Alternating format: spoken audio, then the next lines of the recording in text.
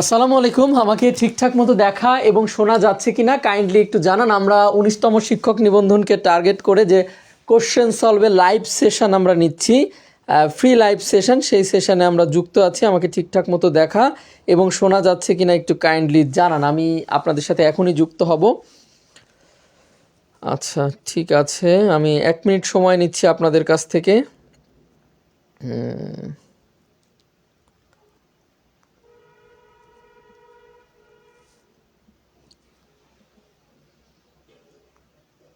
আচ্ছা, আমাকে ঠিকঠাক মতো দেখা এবং শোনা যাচ্ছে কিনা কাইন্ডলি কেউ যুক্ত হলে একটু জানাবেন, ঠিক আছে?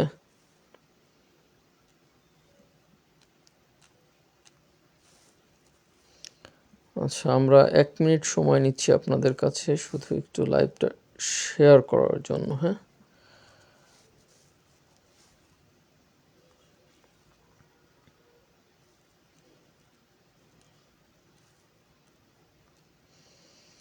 আমাকে ঠিকঠাক মতো দেখা এবং শোনা যাচ্ছে কিনা একটু কাইন্ডলি জানান।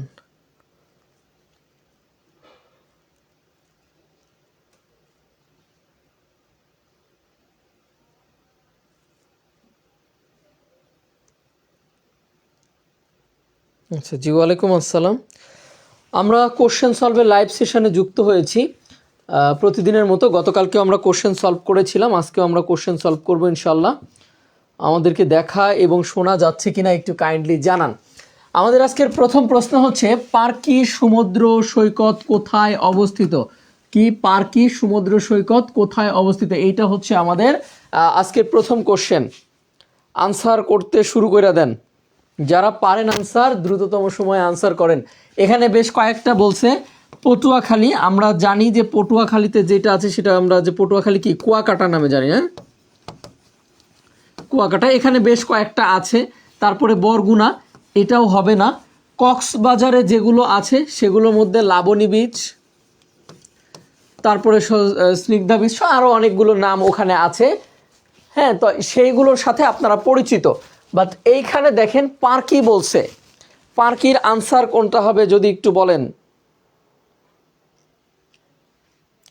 জি আদাব, ঠিক আছে, ঠিক আছে।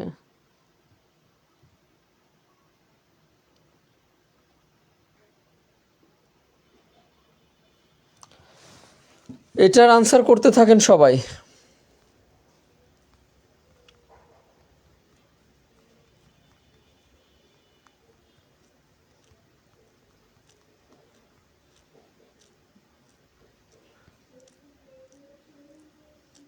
আচ্ছা, শেয়ার ডান। সবাই একটু লাইভ শেয়ার করেন। হ্যাঁ, শেয়ার করে আমাদের সাথে যুক্ত থাকেন।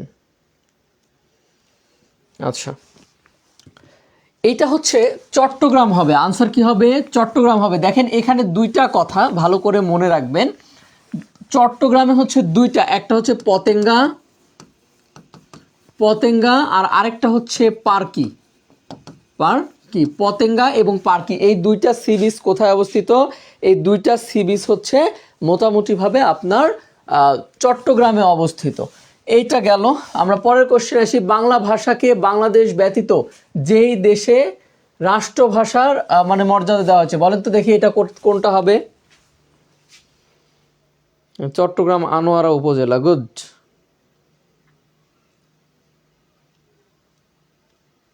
এইটার আনসার করেন দেখি, পারেন কি না আপনারা। এইটার আনসার করেন। বাংলা ভাষাকে বাংলাদেশ ব্যতীত যে দেশের রাষ্ট্রভাষা করা হয়েছে। বাংলা তো বাংলাদেশের রাষ্ট্রভাষা, আন্তর্জাতিক মাতৃভাষাও আছে। দেখেন নেপালে তাদের নিজস্ব ভাষা ব্যবহার করা হয়, সোমালিয়া, সিয়েরা লিওনেও ব্যবহার করা হয়, সবগুলো জায়গায়। শুধুমাত্র দেখেন এখানে বলছে বাংলা ভাষাকে বাংলাদেশ ব্যতীত যেই দেশের রাষ্ট্রভাষা করা হয়েছে, বাংলাদেশ ব্যতীত যেই দেশের রাষ্ট্রভাষা করা হয়েছে। দেখছেন, আপনাদেরকে প্রথম দিন আমি একটা কথা বলছিলাম, আপনাদেরকে মনে আছে কিনা জানি না, যে যখন আপনারা মোটামুটি 10টা 12টা ক্লাস বা 15টা ক্লাস করা হয়ে যাবে, তখন দেখবেন যে ম্যাক্সিমাম কোশ্চেনগুলো আপনার কমন পড়ছে। কেন? কারণ হচ্ছে নিবন্ধন সহ অন্যান্য যে টপিকগুলো আছে বা অন্যান্য যে পরীক্ষাগুলো হয়, টপিক না পরীক্ষাগুলো হয়, এই জায়গাতে স্বাভাবিকভাবে কোশ্চেন রিপিট হয়। যেমন আমরা গত প্রাইমারিতে দেখেছি। বিসিএসে কিন্তু হচ্ছে না, কিন্তু প্রাইমারি, নিবন্ধন, এই সেক্টরগুলোতে কি হচ্ছে? কোশ্চেন রিপিট হচ্ছে। দ্যাটস ওয়াই এখানে কি হচ্ছে যে আমরা যখন 10টা 15টা ক্লাস করে ফেলেছি অলরেডি, তখন আমরা একটা জিনিস বুঝতে পারতেছি যে কোশ্চেনগুলো কি হচ্ছে, রিপিট হচ্ছে, তাই না? আচ্ছা, এটা হচ্ছে উত্তর হবে সিয়েরা লিওন। কোথায় হবে? সিয়েরা লিওন হবে। কেন বাংলাদেশ ব্যতীত এটা করা হয়েছে? মানে বেশ কিছু কারণ আছে, সেগুলো আমরা আলোচনা করেছি এর আগে একটা ক্লাসে। আচ্ছা, এটা দরকার নাই। এরপরে দেখেন, আচ্ছা 1948 সালে পাকিস্তানের পরিষদে কে বাংলাকে প্রথম গণপরিষদের অন্যতম ভাষা হিসেবে ব্যবহার করার প্রস্তাব রাখে? বলেন তো দেখি, কে রাখেন? আপনারা বলতে পারছেন কিনা দেখি। যে 1948 সালে পাকিস্তান পরিষদে কে বাংলা ভাষাকে গণপরিষদের অন্যতম ভাষা হিসেবে ব্যবহার করেন? দেখি পারছেন কিনা আপনারা।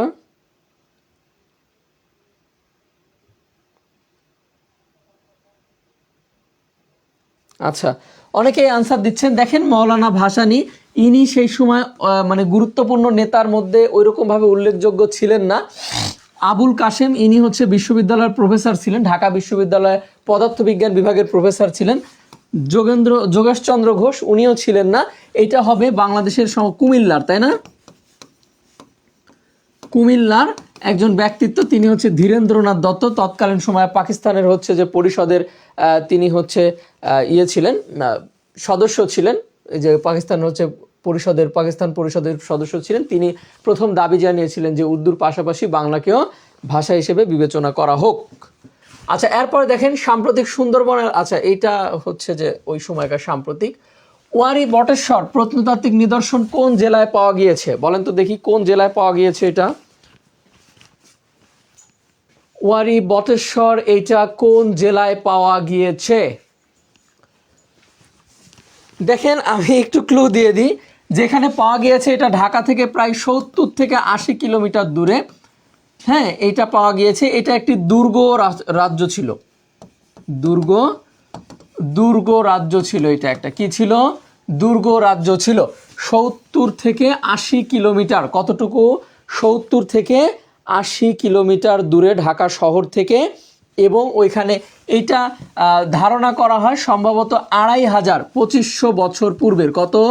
2500 বছর পূর্বের একটি দুর্গ রাষ্ট্র হিসেবে পরিচিত ছিল। এবং স্থানীয় হানিফ মাস্টার নামের একজন ব্যক্তি এই প্রত্নতাত্ত্বিক নিদর্শনটি প্রথম খুঁজে পান এবং প্রত্নতাত্ত্বিক যে অধিদপ্তর আছে তাদেরকে জানানোর ব্যবস্থা করেন। ঠিক আছে? আচ্ছা, তাহলে দেখেন এটা কি হবে? এটার উত্তর হবে নরসিংদী জেলা। আচ্ছা, আমরা পরেরটায় চলে যাই। সূর্য হইতে পৃথিবীতে আলো এসে পৌঁছাতে কত সময় লাগে? এই প্রশ্নটা এর আগেও এসেছে। কাইন্ডলি একটু লাইভটা শেয়ার করেন তো, একটু লাইভটা শেয়ার করেন। আসলে এই সময় সব টিচারের লাইভ ক্লাস একসাথে চলে, সব স্যারের লাইভ ক্লাস চলছে একইভাবে। যে কটা প্ল্যাটফর্ম থেকে ক্লাস নেওয়া হয় সবগুলোতে লাইভ ক্লাস চলছে, একইভাবে চলছে। হ্যাঁ,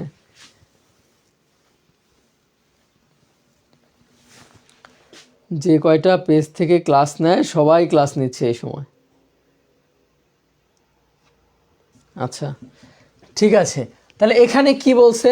গতকালকে মনে হয় লাইভ ইয়েতে আমাদের ফ্রি ক্লাস না তো পেইড ব্যাচের ক্লাসে সম্ভবত এটা পড়িয়েছিলাম যে সূর্য হতে পৃথিবীতে আলো এসে পৌঁছাতে কত সময় লাগে। বিজ্ঞানের এই অংশটাতে আমি পড়িয়েছিলাম গতকালকেই সম্ভবত, তাই না?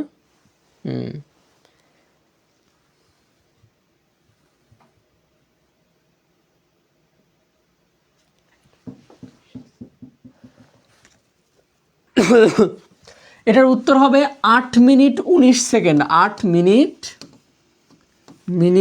19 সেকেন্ড। 8 মিনিট 19 সেকেন্ড সময় লাগে। কতটুকু?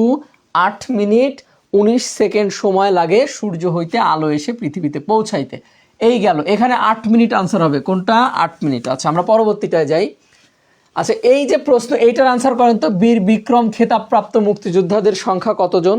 দেখি এটা পারছেন কিনা আপনারা। বীর বিক্রম খেতাবপ্রাপ্ত মুক্তিযোদ্ধার সংখ্যা কত? দেখি আনসার করেন। এইটা গুরুত্বপূর্ণ একটা কোশ্চেন, আনসার করেন দেখি। এই খেতাবপ্রাপ্ত মুক্তিযোদ্ধার সংখ্যা কত? আনসার করেন তো।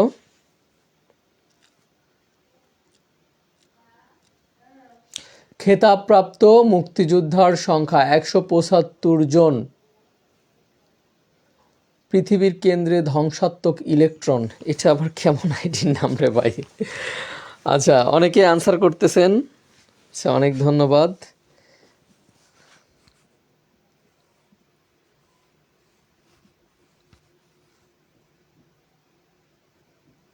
আচ্ছা, এখন আমি বলি, দেখেন এটার কোনো অ্যাপ্রোপ্রিয়েট আনসার আমি দিব না। কেন দিব না? কারণ হচ্ছে এটা প্রায় সময় চেঞ্জ হয়, যে গভর্নমেন্ট চেঞ্জ হবে, হয়তো আবারও চেঞ্জ হইতে পারে। এক এক সময় এক এক রকম থাকে, মাঝে মধ্যে কাউকে বাদ দেওয়া হয় বীর বিক্রমের তালিকা থেকে, আবার কাউকে অ্যাড করা হয়, কাউকে বাদ দেওয়া হয়। তো দ্যাটস ওয়াই এটা কি করবেন, এটা আনসার করার বুদ্ধি হচ্ছে পরীক্ষার আগে, যখন আপনি পরীক্ষা দিবেন তখন পরীক্ষার আগে একদম লাস্ট মোমেন্টে, হয়তো পরীক্ষার এক সপ্তাহ আগে বা পরীক্ষার এক সপ্তাহ আগে আপনি হচ্ছে যে সার্চ দিয়ে একটু দেখে নেবেন যে আসলে সেই সময়ের আপডেটটা কি। এটার আনসার আমি দিলাম না। হ্যাঁ, বাংলাদেশের জাতীয় গ্রন্থাগার কোথায় অবস্থিত? এই কোশ্চেনটা কিন্তু হ্যাভি কনফিউশন, মানে কনফিউশন একটা কোশ্চেন, যেটা মানে খুবই গুরুত্বপূর্ণ একটা প্রশ্ন। এটা কিন্তু আপনাকে হ্যাং করে ফেলবে, ঠিক আছে? এটা আপনাকে কি করবে, আপনাকে হ্যাং করে ফেলবে। এটার আনসার করেন তো দেখি, পারছেন কি না। এটা আপনাকে হ্যাং করে দেওয়ার জন্য যথেষ্ট এই প্রশ্নটা। এখানে বাংলাদেশের জাতীয় গ্রন্থাগার সহ আরেকটা ব্যাপার এখানে জড়িত আছে। আচ্ছা, গুড।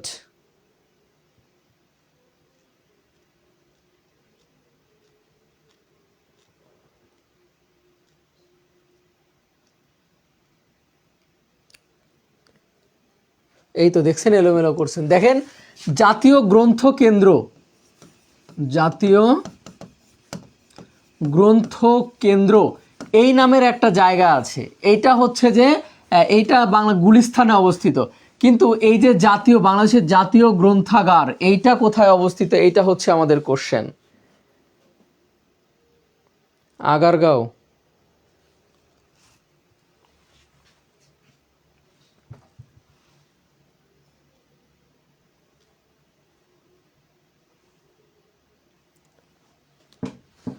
আচ্ছা, অনেকে আনসার করতেছেন, করতে থাকেন। আচ্ছা, আরেকটা বলি, এই শাহবাগে হচ্ছে সেন্ট্রাল পাবলিক লাইব্রেরি যেটাকে বলা হয়। হ্যাঁ, এগুলো মনে রাখেন, central public library, public library. তাহলে এগুলা হচ্ছে সবগুলা কোথায়? এগুলা বিভিন্ন জায়গায়। আর যেটা এই প্রশ্ন জাতীয় গ্রন্থাগার, এটা হচ্ছে আগারগাঁয়ে অবস্থিত, ঠিক আছে? তাহলে অ্যান্সার ক্লিয়ার। আচ্ছা, আমরা একটা করে এমসিকিউ নিয়ে বেশ কয়েকটা করে সলভ করছি। ইনশাল্লাহ আমাদের এইভাবেই চলতে থাকবে। কি করলাম এটা? আচ্ছা, আমরা আমাদের একটা হচ্ছে যে দেখি, আমাদের হচ্ছে যে কোর্সটা চলছে, আমাদের নিবন্ধনকে কেন্দ্র করে একটা কোর্স আমাদের আছে। সেই কোর্সে আপনি চাইলে ভর্তি হতে পারেন। এটা আমাদের কোর্সের আউটলাইন। হ্যাঁ, এখান থেকে আপনি কোর্সটা করতে পারেন। যে হচ্ছে আমাদের বেসিক থেকে যাদের প্রবলেম আছে, বিশেষ করে বাংলা, অঙ্ক, ইংরেজি, সাধারণ জ্ঞান সবগুলো বিষয়ে যাদের প্রবলেম আছে বিভিন্ন জায়গায়, বেসিক থেকে একদম থিওরি পড়ার জন্য যারা পড়তে চাচ্ছেন, তারা এই কোর্সটাতে এনরোল করতে পারেন। এখানে 110টা ক্লাস এবং এক্সাম সহ আপনাদেরকে সার্ভিস দেওয়া হবে। একদম 999 টাকা এটার কোর্স ফি। প্রথম 200 জন 599 টাকাতে অফারে ভর্তি হতে পারবেন আর কি। হ্যাঁ, তো যারা ভর্তি হইতে ইচ্ছুক, আমাদের পেজে, যেখান থেকে আপনি লাইভ ক্লাস করছেন, এই পেজে ইনবক্স করে আপনি ভর্তি হতে পারেন, ঠিক আছে? তো আচ্ছা, আমরা পরবর্তীটায় যাই। আচ্ছা, এটা T20টা আছে। সাম্প্রতিক বাংলাদেশে কোন, আচ্ছা এগুলো সাম্প্রতিক কোশ্চেন। আচ্ছা, বাংলাদেশে দেখেন, এটা গুরুত্বপূর্ণ কোশ্চেন। বাংলাদেশে প্রথম ও একমাত্র ওয়ার্ল্ড ট্রেড সেন্টার কোথায় অবস্থিত? এটা আন্তর্জাতিক থেকে আসা খুবই গুরুত্বপূর্ণ কোশ্চেন। বাংলাদেশ আন্তর্জাতিক একবারে মিক্স আপ করে। হ্যাঁ, বয়স শেষ এই মাসে।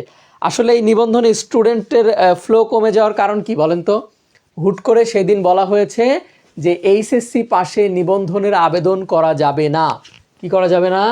এইচএসসি পাশে, এরকম একটা কথা উঠেছে। এখনও সরাসরি অফিসিয়ালি বলা হয়নি, তবে আমার যতটুকু মনে হয় এইটাই করা হবে, এবং আমি মনে করি এইটাই উচিত। একজন মানুষ শিক্ষক হওয়ার জন্য এইচএসসি পাস তার জন্য যথেষ্ট নয় আমার মনে হয়। হ্যাঁ, কারণ হচ্ছে যে একটা মানুষ এইচএসসি পাস করে তার ভিতরে ওই ম্যাচিউরিটি আসে না, মানে বাচ্চাদেরকে বা বাচ্চাদের বড়দের পড়ানোর জন্য, ওই বাচ্চাদের বা বড়দের, হ্যাঁ হ্যাঁ এটা আসে না। এই জন্য আমার মনে হয় এইটা ডিগ্রি অথবা অনার্স কমপ্লিট করে নেওয়াটাই ভালো, এবং গ্রেডটা বাড়িয়ে দিয়ে অনার্স কমপ্লিট করা স্টুডেন্ট নেওয়াটাই ভালো। ইন্টারমিডিয়েট পাস যারা, তাদের জন্য এটা না দেওয়াই ভালো।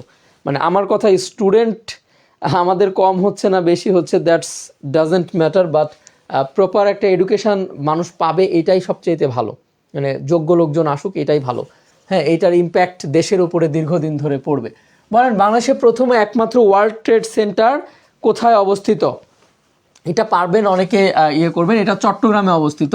এটা কোথায়? চট্টগ্রাম। আপনারা কমন কোশ্চেনগুলো পারেন, একটু এলোমেলো হইলে আর তখন পারেন না। আচ্ছা, আত্মজীবনীমূলক এটা গেল। সাম্প্রতিক নাসা, আচ্ছা এটাও দরকার নেই। বাংলাদেশে প্রথম চায়ের চাষ হয় কোথায়? বলেন তো, চায়ের চাষ হয় কোথায়? বাংলাদেশে প্রথম চায়ের চাষ হয় কোথায়? দেখেন, বাংলাদেশে প্রথম বরিশাল।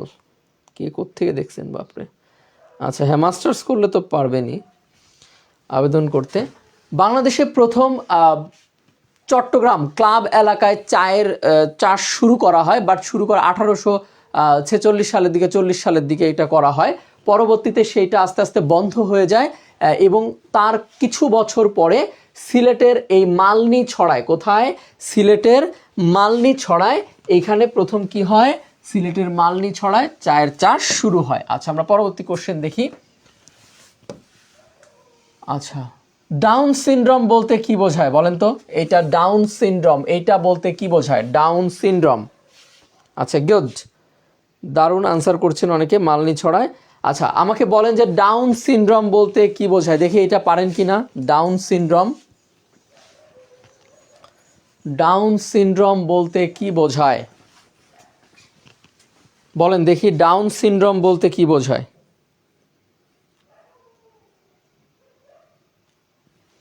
বলেন, ডাউন সিনড্রোম বলতে কি বোঝায়? আচ্ছা, অনেকে আনসার করছেন, আমি একটু বলি। এই যে গর্ভস্থ শিশুর অপরিণত বিকাশ, এটাকে কি বলা হয়? ডাউন, মানে মায়ের পেটে শিশুর বিকাশ যদি অসম্পূর্ণ বা কম হয়, সেটাকে বলা হয় স্বাভাবিকভাবে ডাউন সিনড্রোম। আচ্ছা, তৎকালীন পাকিস্তানের শিক্ষা আন্দোলন হয় কত সালে? জেনারেল আইয়ুব খানের সময়। জেনারেল আইয়ুব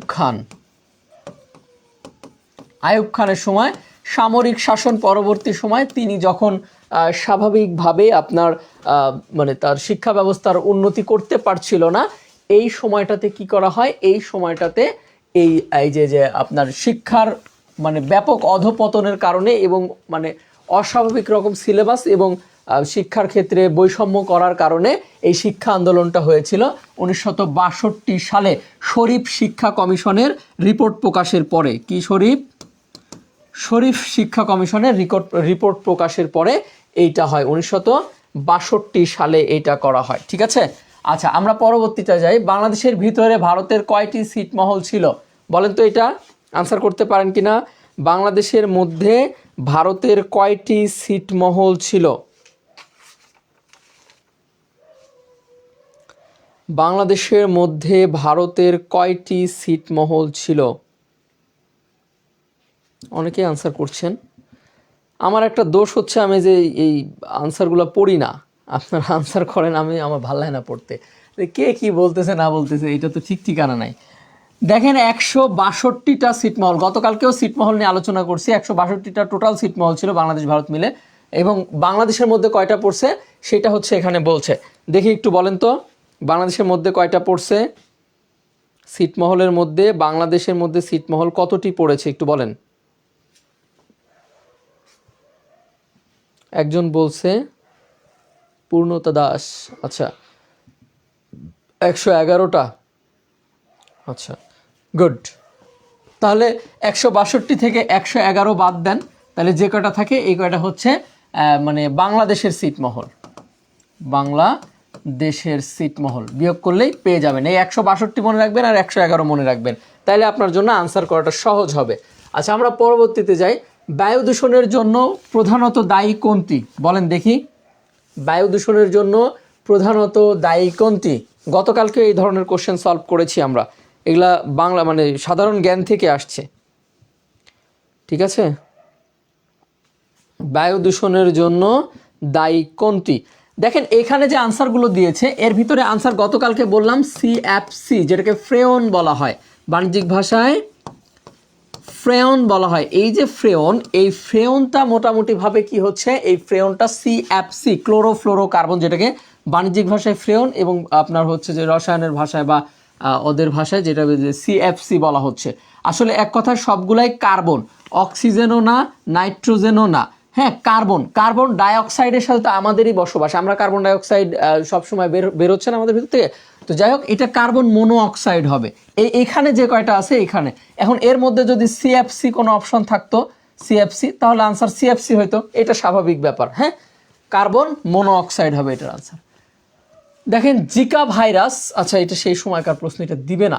মানুষের রক্তে শ্বেতকণিকা ও লোহিত কণিকার অনুপাত কত? মানুষের রক্তে, আমি একটু দ্রুত আগাচ্ছি কারণ এই কোশ্চেনগুলো সব সলভ হওয়া কোশ্চেন। হ্যাঁ, মানুষের রক্তে লোহিত রক্তকণিকা এবং শ্বেত রক্তকণিকার অনুপাত কত? রক্তকণিকা কয় রকম থাকে? 3 রকম থাকে, লোহিত রক্তকণিকা, শ্বেত রক্তকণিকা, অনুচক্রিকা, 3 ধরনের। আমি বিস্তারিত এগুলো পড়িয়েছি আপনাদেরকে, এই ফ্রি ক্লাসেই পড়িয়েছি। হ্যাঁ, আমাদের আগের ক্লাসগুলো একটু দেখেন তাহলে দেখতে পাবেন, আগের ক্লাসগুলো একটু দেখলেই এগুলো সবই আপনারা দেখতে পাবেন। এখন তো 15 মিনিটেই কভার করে দিচ্ছি এক একটা করে দেখেন শেষ হয়ে গেছে। কয় মিনিট লাগছে? 55-55তে ক্লাস শুরু করছি, এখন 15 বাজে, 20 মিনিট হইতেছে ক্লাস শুরু করা। হ্যাঁ, তাহলে মানুষের রক্তে শ্বেতকণিকা ও লোহিত রক্তকণিকার অনুপাত কত বলেন?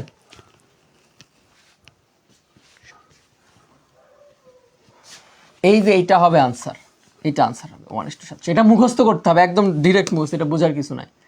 ফেসবুক প্রতিষ্ঠা হয় কত সালে বলেন তো? এইটা না পারলে বুঝবো যে আপনি এই দেশের বাইরে থাকেন বা মানে অনলাইন জগতের বাইরে থাকেন। দেখি বলতে পারেন কি না, বলেন দেখি, ফেসবুক প্রতিষ্ঠা হয় কত সালে?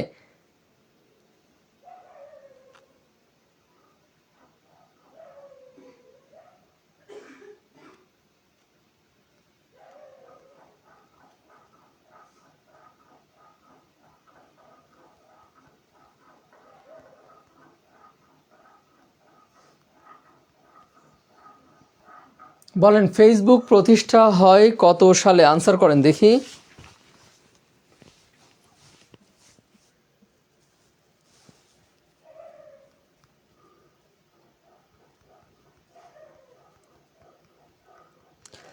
আচ্ছা, যে জব এইড অথবা মনসুর জব ম্যাথ, এই দুইটা জায়গা থেকে যারা লাইভটা দেখছেন তারা কাইন্ডলি হচ্ছে যে কোশ্চেনের করার সময় মানে আনসার করার সময় একটু এক কাজ করবেন, এই মানে হাসান স্যার পেজ থেকে আনসার করার চেষ্টা করবেন, তাহলে আপনি হচ্ছে যে করতে পারবেন, এটাকে কী বলা হচ্ছে, আপনি তাইলে ওইটা হচ্ছে যে আমি আপনার আনসারগুলো দেখতে পাবো। হ্যাঁ, জব এইড এবং মনসুর জব ম্যাথ এই দুইটা থেকে। আবার যখন মনসুর স্যার ক্লাস নেবেন তখন মনসুর জব ম্যাথ থেকে ক্লাসগুলো দেখবেন, তাইলে আপনার জন্য ভালো হবে। হ্যাঁ, তাহলে আপনার জন্য ভালো হবে, সুবিধা হবে আপনার জন্য। হ্যাঁ,